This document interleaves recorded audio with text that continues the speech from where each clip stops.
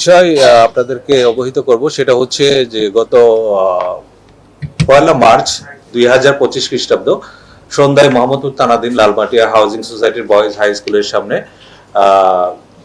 দুইজন নারীর সাথে একজন লোক, তার নাম মোহাম্মদ গোলাম মোস্তাকিম রিন্টু, তাদের একটা বিষয় নিয়ে।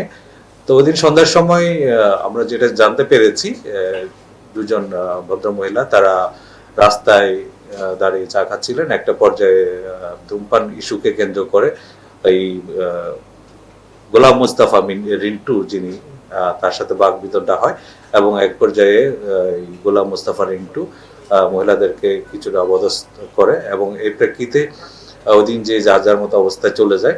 পরবর্তীতে এই ঘটনার উপর আমরা বিষয়টা তদন্ত অব্যাহত রাখি এবং আমাদের যে প্রাপ্ত তথ্য এবং যারা এই ঘটনার ভিকটিম তাদের যে জবানবন্দি অনুযায়ী একটা মামলা রেকর্ডের প্রক্রিয়া রয়েছে এবং গতকাল দুপুরে এই ঘটনার সাথে জড়িত গোলাম মুস্তাফা মিন্টুকে আমরা তার লালমাটিয়া বাসা থেকে গ্রেফতার করি। যেহেতু মামলাটি বর্তমানে প্রক্রিয়াধীন রয়েছে, তাকে ইতিমধ্যে 54 ধারায় বিজ্ঞ আদালতে প্রেরণ করা হয়েছে এবং মামলা যদি রুজু হয়, মামলা রুজু হওয়ার পরে তাকে মামলা নিয়মিত আসামি হিসেবে গ্রেফতার দেখানো হবে। আরেকটা বিষয় আপনারা দেখেছেন, সম্প্রতি সামাজিক যোগাযোগ মাধ্যমে একটা ভিডিও ভাইরাল হয়েছে ব্যাপকভাবে।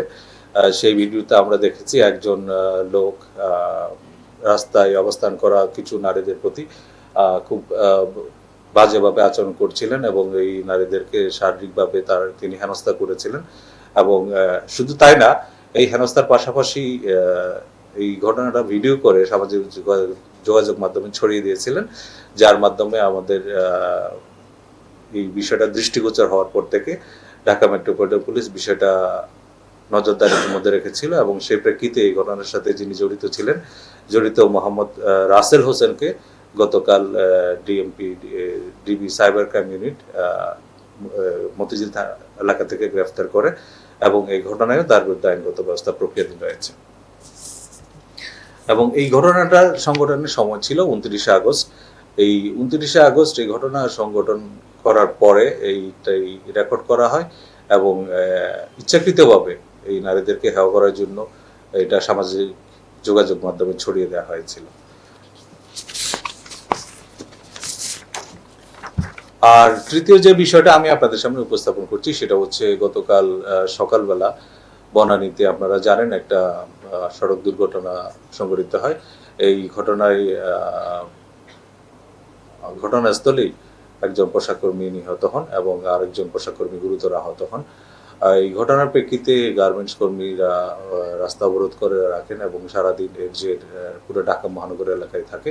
তার প্রেক্ষিতে আমরা যে দায়ী এই ড্রাইভার তাকে ধরার জন্য আমাদের নজরদারি অব্যাহত রাখি এবং এর সূত্র ধরে গত রাত 11ই মার্চ মধ্যরাতে তাকে ঢাকার কেরানীগঞ্জ থেকে গ্রেফতার করা হয় এবং সে তার যে ঘটনায় জড়িত থাকার কথা ইতিমধ্যে প্রাথমিকভাবে আমাদের কাছে স্বীকার করেছে এবং ঘটনায় এখনো মামলা দায়ের করা হয়নি, মামলা প্রক্রিয়াধীন রয়েছে। মামলা প্রক্রিয়াধীন করার পরে তাকে ওই মামলায় অ্যারেস্ট দেখানো হবে। ইতিপূর্বে যে ঘটনাগুলো ঘটেছিল, ওই যে গার্মেন্টসের ওখানে যারা রাস্তা অবরোধ করে রেখেছিল কর্মীরা, তাদের যে কয়েকটা দাবি ছিল, তাদের অন্যতম প্রধান দাবি ছিল যে ঘটনায় জড়িত ট্রাক ড্রাইভারকে আটক করা এবং আমরা সেটা সফলতার সাথে সক্ষম হয়েছি এবং এই ক্ষেত্রে আমাদের যে ডিবি তারা যথেষ্ট হুঁশিয়ানার পরিচয় দিয়েছে এবং তাদের এই কঠোর পরিশ্রমের মাধ্যমেই আমরা এই যে দায়ী ব্যক্তিটাকে আইনের আওতায় নিয়ে আসতে সক্ষম হয়েছি।